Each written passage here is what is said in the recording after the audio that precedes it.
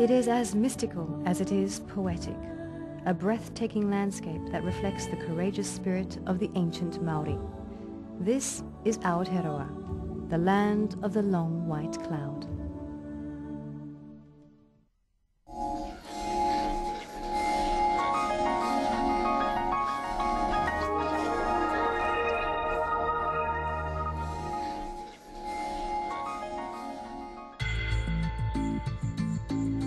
Blessed with a mild climate and abundant natural reserves, New Zealand strikes a unique balance between economic progress and cultural heritage.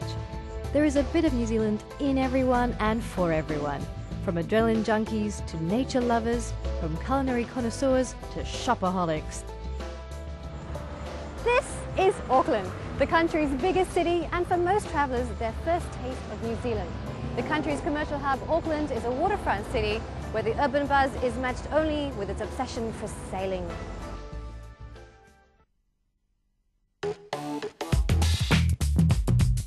Many Maori tribes have laid claims to the Greater Auckland region, naming it Tamaki Makaureo, or the City of 100 Lovers.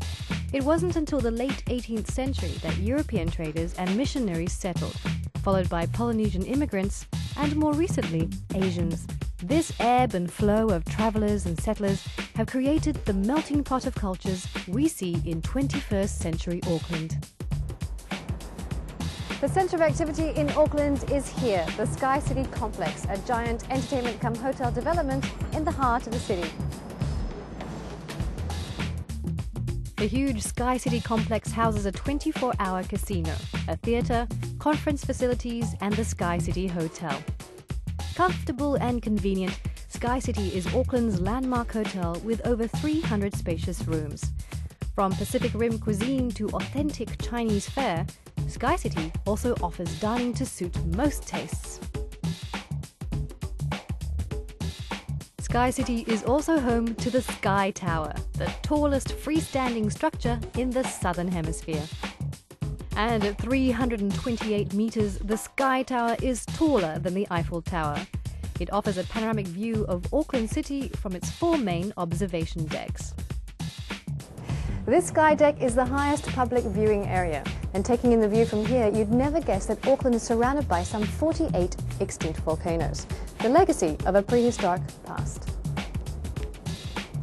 Another way to appreciate Auckland is to take to the water. Bound by the Waitemata and the Manukau harbours, word has it that 1 in 4 people in Auckland own a boat. With such a passion for life on the ocean waves, it is no wonder Auckland is known as the City of Sails. The Waitemata Harbour is the perfect place to sail. You can't beat that feeling of freedom as you cut through the South Pacific waters. Not to mention, of course, the fabulous Auckland waterfront. Woohoo! Let's cruise, guys!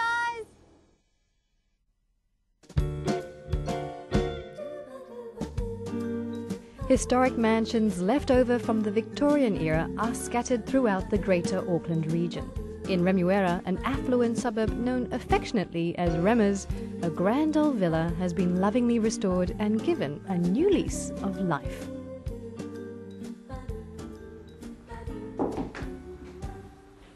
This 1890s villa used to be a boarding house and at one stage even a classy bordello. Now the Devereux Boutique Hotel serves as a quiet retreat for the lucky few. Each of the unique rooms at the Devereux have an international theme. There is the restful South Pacific room, historic Antigua, eclectic Tuscany, and exotic Zambezi. A United Nations in one hotel. Guests enjoy breakfast in the conservatory or alfresco dining in true Victorian style. Venture slightly further from Auckland and you'll be rewarded with a little bit of paradise, tucked away from the hustle and bustle of city life. Waiheke Island is a short 35-minute ferry ride from Auckland, and here you'll find scores of vineyards producing many world-class vintages. Lee, there are over 30 vineyards here on Waiheke Island. Why is that? It's mostly because of the climate. Waiheke shares a very similar climate to that of Bordeaux, and hence the Bordeaux varieties that we're growing do very well here on Waiheke. Now these barrels here only last for about 2 years in terms of giving out flavour, and they're very expensive And we oak age our Larose in these barrels for 12 months before it is bottled. If you have a look at some of the barrels, you'll notice the Burn branded toasting on the front of the barrel there, and you'll see the plastic white bung on the top there. That's actually for the purpose of our unfiltering process. Stephen doesn't believe in filtering our wines, as he feels that this can get rid of some of the goodness and flavours. So what we do is we whip up an egg white, like you would do when you make a pavlova. Pour the egg white into the barrel, and the positive and the negative proteins in your egg white separate, okay? And this pushes your sediment to the bottom of the barrel. Okay, and then we rack our wine about every 3 to 4 months. Apart from its vineyards, Waiheke Island is also an idyllic retreat with pristine beaches and fresh sea breezes. And a glass of vintage wine and a glorious setting at Onetangi. A perfect way to end a perfect day.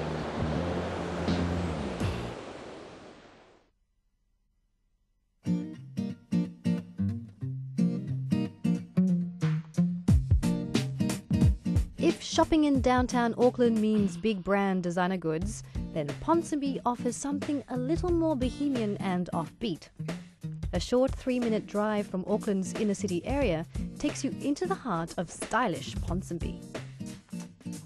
Ponsonby is where the hip rub shoulders with the wealthy, where chic sidewalk cafes coexist with quirky boutiques and trendy stores. Home decor shops are everywhere on Ponsonby Road. The designs range from the traditional to the avant-garde. The Garden Party is just one of the many colourful shops in Ponsonby. Hello. Hi. Welcome to the Garden Party. Thank you. We paint all these plates out in the back in our factory. Would you like to come and have a look? I'd love to. Okay. This is the factory where we paint all our plates, bowls, platters and tiles. We've got over 40 designs, mostly inspired by New Zealand. Pete's hand painted this kiwi with black, and now he's painting it with glaze. The kiwi plate's been in this kiln for 36 hours, and it should now be cool enough for me to show you it. And here he is, all his glory. Oh, he's gorgeous. Our plates are very colourful because we paint all on a white glaze. It's more labour intensive, but it does mean that we get a lot more colour. This may look like some minimalist art gallery from the outside, but in reality, It's an Asian takeaway joint. Now that's what I call food served with flair. if you're looking for eccentric clothes or the odd antique, head down to Ponsonby. It's a treasure trove of knickknacks and curios. Expect to come away with something you never knew you wanted. Did I mention that the sidewalk cafes here are great to relax in? Have a coffee and just watch the world go by.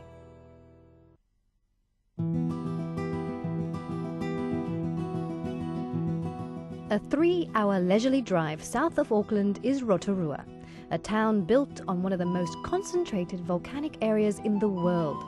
A sulfuric aroma lingers in the air, and everywhere in Rotorua there is evidence of geothermal activity just beneath the Earth's surface. There are many thermal reserves in the Rotorua region, and one of them, the Waiotapu, which means sacred waters in Māori, is worth a visit for its so-called champagne pool.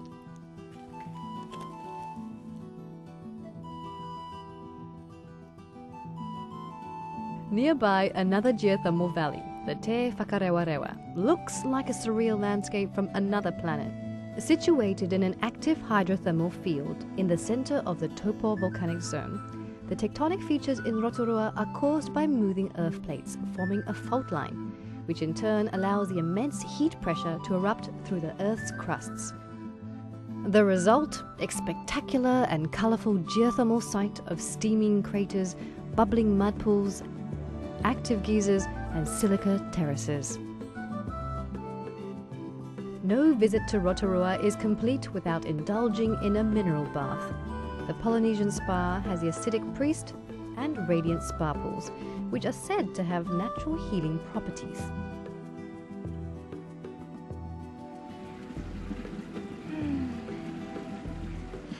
This hot spring is alkaline, which I'm told is good for the complexion. Let's see. Volcanic activity is not the only highlight of Rotorua. This is the place to truly experience and understand the culture of its indigenous people. Maori people make up 1/3 of Rotorua's population. For the Maori, the centre of activity is the marae. And here at the New Zealand Maori Arts and Crafts Institute in Rotorua, a sacred performance takes place upon our arrival. First, there is a wero, a challenge to visitors, followed by the karanga, or the cry of welcome. That's how the Maori people greet and welcome each other. It is called hongi in Maori, and it symbolises friendship and the sharing of two life forces. Kia ora. The Maori's living history is played out through a traditional cultural performance. This includes a display of weaponry, a dramatic haka, and the graceful poi dance. Carving or whakero is very much a way of life to the Maori people, and these carvings can be made on bone, jade or wood. And this is James, master carver. James, how are you? Kia ora, Vivian. Kia ora. What are you actually working on here? I'm working on what they call popo, and it's 3 different styles from different tribes, and they're wall supports inside a meeting house. How long does this take to actually make? It takes about 5 weeks. It's around about the same time to do a teko teko. Teko teko is a figure that supports the roof of a meeting house. And what's the symbolism in these? This guy with I've got my hand on is I guess he's the chief. He's got a big mouth. All he does is talk. This one here with its hand in his mouth is interesting because it's people who talk with their hands, which is 75% of a race. The movers and shakers, they make things happen. The traditional hangi or feast is cooked using time-honoured methods. An earth oven is buried in a pit with hot coals and stones. Seafood, poultry and potatoes are slowly baked for about 5 hours.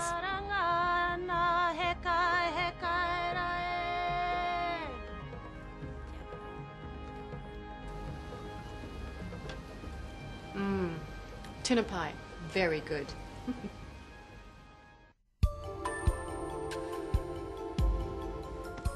The Kiwis are known for their death-defying extreme sports. Let's not forget they invented the bungee jump, the mother of all adrenaline madness. Lesser known but no less crazy is another sport found only at the Agrodome in Rotorua on the North Island. Anyone for Zorbing?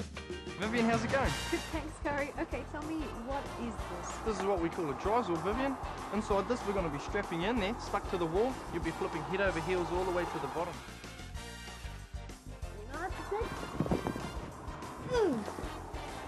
Wow. Okay, ladies and gentlemen, I'd like you to familiarize yourself with the safety procedures. Please ensure that your safety belt is fastened. To do so, press in here and pull tightly across the legs. This is for the shoulders, and familiarize yourself with the exit, which there is only one, that way and down that way. Okay. I am ready to face the Zorb. Oh my god, here we go! Oh no!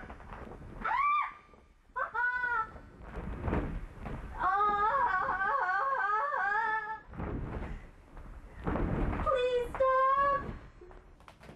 Oh! Okay. You know, I've been watching the world go by, but this is just a little bit ridiculous!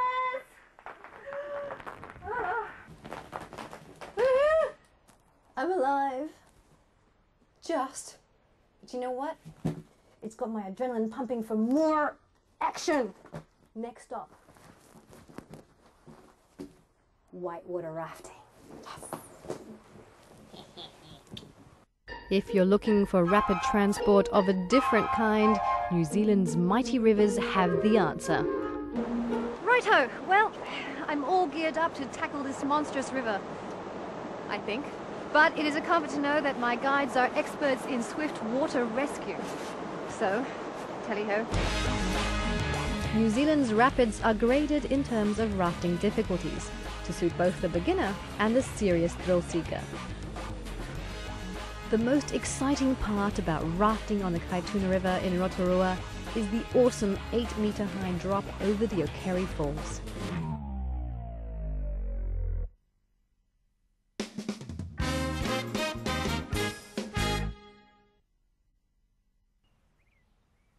Now, I'm not normally known as a country gal, but even I get a little dewy-eyed over those cute, fluffy lambs. And if it's sheep you want, well then New Zealand is your country. I'm at Glenlock Fold, a farm on the outskirts of Rotorua, to find out more. Morning, Hi, Kelvin. Bonnie. How are you? Good. There are only 3.8 million people living in New Zealand, but a whopping 54 million sheep, give or take a few million. Sheep are New Zealand's largest export, with dairy products coming a close second. New Zealand is also the world's second largest wool producer, and good sheep shearers are highly prized. How big is this sheep? This one, about 60 kilograms. A 60-kilo sheep. How much wool does one sheep actually have? About 3 kilos this one will have on it. My goodness, how long does it actually take you to do the whole sheep? About a minute and a half. Yeah. That's quite a lot to ask, isn't it? Watch your fingers. Sorry about that, Ted. There you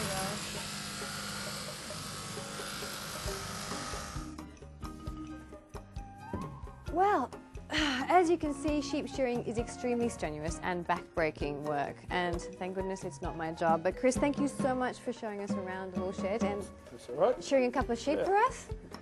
Kelvin, from here to here? Apart from sheep farming, New Zealand boasts of a highly efficient dairy industry, with products such as milk, butter and cheese consumed locally and exported to Asia and the rest of the world. The fresh milk is cooled and then pumped into vats like these before being transported to local factories where it is processed into dairy products. After all that hard work down on the farm, a relaxing fishing trip seems to be the natural thing to do. With so many lakes, rivers and coastlines, New Zealand is the angler's paradise. And I heard that this spot is the perfect spot to catch a trout. I hope so, otherwise I don't have any dinner tonight. Why is New Zealand so famous for trout? Because they've got no other competition in the rivers. We grow fish to about 10 pound in about 4 years. Yeah. Vivian, it's all yours. Okay. There are many different ways to fish in New Zealand waters: fly fishing, nymph, streamer, lure, trawl and spin fishing. At this time, Fishing licenses are required and maximum daily limits per person are imposed by the Ministry of Fisheries to protect the fish population.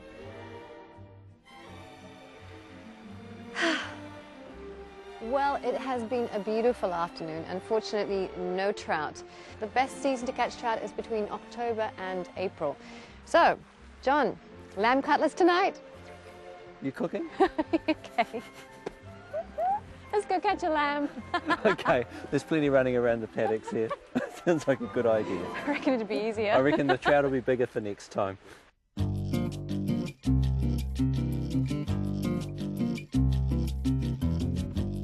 At the southernmost tip of the North Island lies Wellington, New Zealand's capital city. Nestled between Lambton Harbour and Mount Victoria, Wellington is a maritime city, compact with a dash of corporate chic. Visitors can easily explore the city on foot. I, however, have a better idea.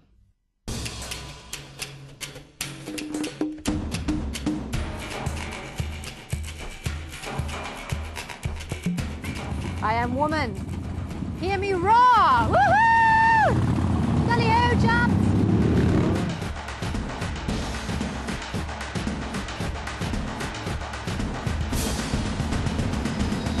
First stop, Tinakori Village.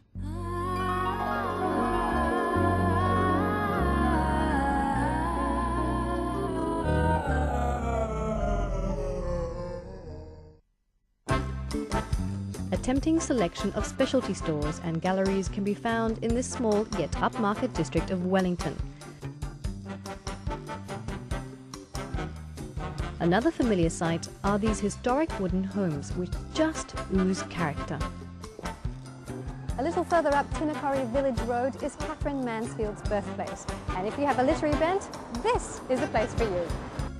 Catherine Mansfield is New Zealand's most distinguished writer, and this historic home almost echoes with the 19th century ghosts of Mansfield's childhood. We ride on with the wind and arrive in style at the heart of the nation. The neoclassical Parliament House is open daily to the public. If you want to witness history in the making, you can attend the sittings at the debating chamber. This is the administrative headquarters known as the Beehive. A rather unusual government building, don't you think? Is it true there's such a thing as like you know how there's golf widows? Are they Harley widows? Do you love these babies more than your wives? Yeah, that is true. Yvonne, you're in trouble! We're coming into Lambton Quay now. This is the city? Yeah, main shopping area, little cafes up here as well. This is the Tea Pub Museum? It's the Tea Pub Museum in there, yeah. There's a lot to see in there. There's also a few rides you can go on. Meander along the Oriental Parade for an authentic Wellingtonian flavour. Feast your eyes on the waterside architecture and feel the buzz of activities as inline skaters whiz by. Why not complete the picture with some creamy New Zealand ice cream?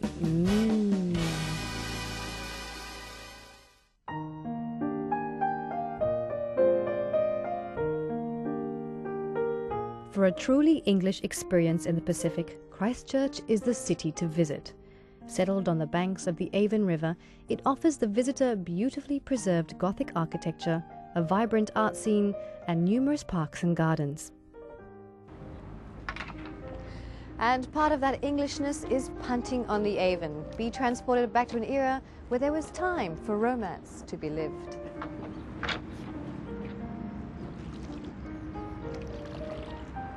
What is the best time to come to Christchurch? Depends what you're interested in. Like, you get a lot of people that come for the flowers and stuff, so spring's a beautiful time, but summer's the busiest, January, February, especially when the Festival of Romance is on. A Festival of Romance? Yeah.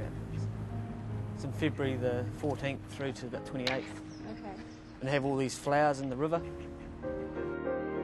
This is a very traditional method of travelling? It's been in Christchurch since about 1860, but they used to transport food. Like, this is Victoria Square here, and they used to be the marketplace. Another charming way of seeing Christchurch is to hop onto one of these classic electric trams.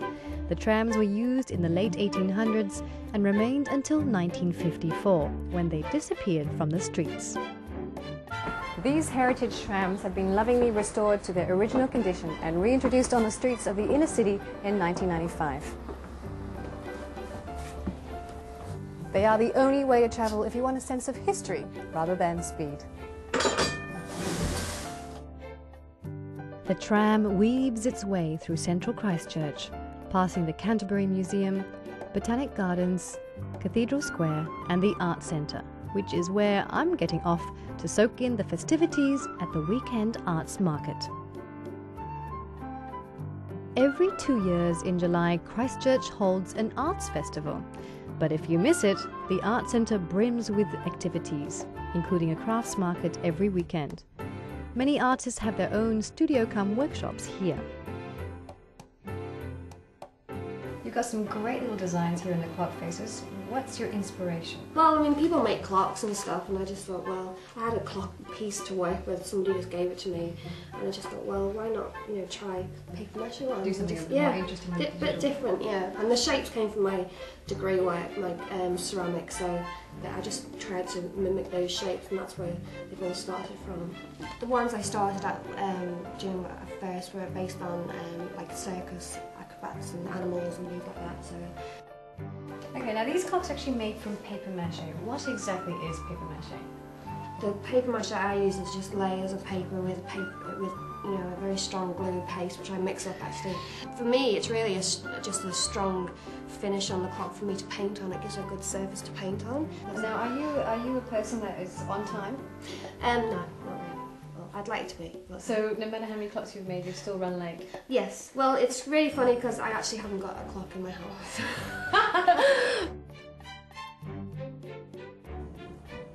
After indulging in the pursuit of crafts and culture, it's only fitting to end the day with another creative experience. Back on the Heritage Tram, evening guests can enjoy meals on wheels colonial style. Dinner is served on board this special dining car as the cityscape slowly passes by your window.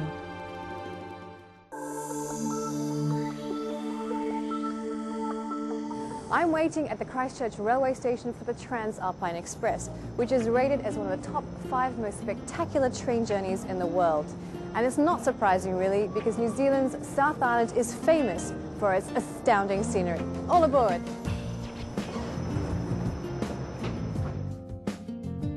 The Transalpine Express travels from Christchurch towards the Southern Alps to Greymouth in the west coast, but I will be stopping halfway at Arthur's Pass to explore the fabulous little alpine village.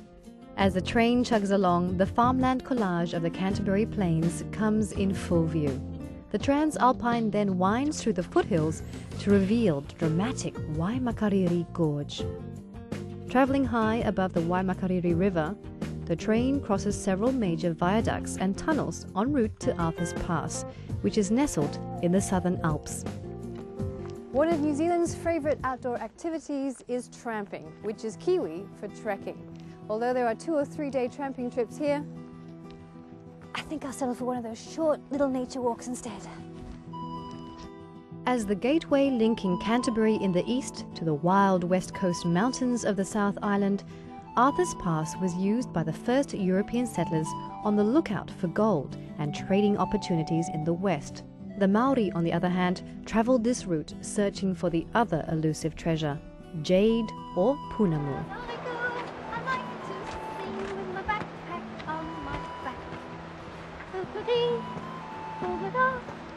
Nowadays, it is a tramping haven for bush lovers, bird watchers, hunters and climbers.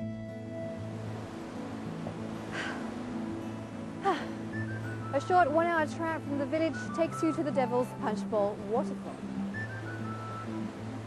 No prizes for guessing how I got that name. Arthur's Pass National Park is wild country with dense bush and steep gorges. Avalanches and flooding rivers are constant hazards. Trekkers are advised to consult the visitor centre for route maps and weather conditions before embarking on a long tramp up the mountains. The Arthur's Pass Historic Village Walk is also worth exploring while waiting for the Transalpine Express returning from Greymouth. After a good tramp, this quiet mountain village is a great place to rest those tired feet.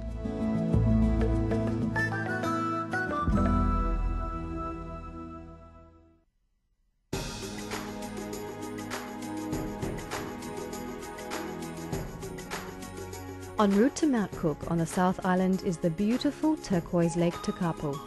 The Church of the Good Shepherd on Lake Tekapo is one of the oldest churches in New Zealand. It overlooks the lake, and the view from the church's window is a timeless picture of the surrounding Southern Alps. Well, I'm afraid I'm going to have to sign off here. I'll leave you with the breathtaking sights of the Grand Traverse. We'll be flying over Mount Cook, the Fox, Franz Josef and Tasman Glaciers. I'm Vivian. Until we meet again, e no hora.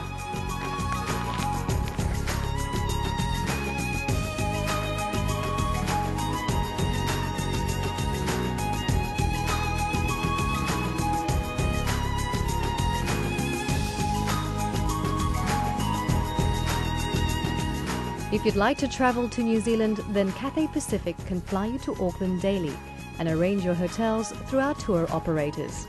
Check the website www.cathaypacific.com for details.